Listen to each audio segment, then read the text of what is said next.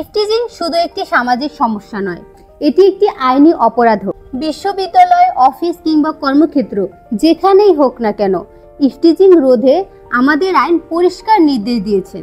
বাংলাদেশে যৌন হয়রানি প্রতিরোধ সম্পর্কিত কোনো একক আইন নেই, তবে সংবিধানের অনুচ্ছেদ 27, 28 এবং 31-এ বলা হয়েছে সমতা, বৈষম্যহীনতা ও ব্যক্তির মর্যাদা সুরক্ষার অধিকার রয়েছে।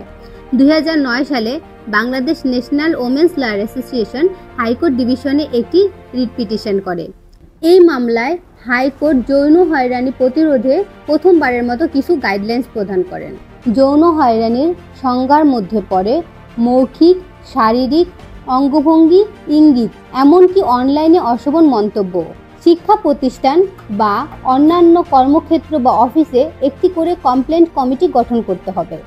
ভিকটিমের অভিযোগ গ্রহণ ও তদন্তের জন্য সুনির্দিষ্ট প্রক্রিয়া নির্ধারণ করা হয়।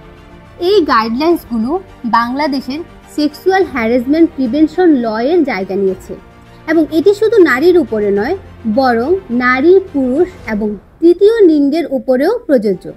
যৌন হয়রানি কোনো মজার বিষয় নয়, এটি একটি সামাজিক অপরাধ। আসুন আমরা বিশ্ববিদ্যালয়, অফিস কিংবা কর্মস্থলকে যৌন হয়রানি মুক্ত রাখি। ধন্যবাদ।